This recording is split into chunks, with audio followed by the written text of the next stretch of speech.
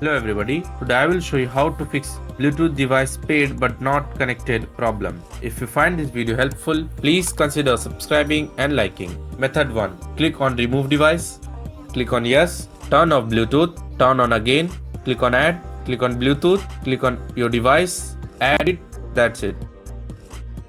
Method 2. Go to Windows search bar, type services, click and open it, click on Bluetooth support service.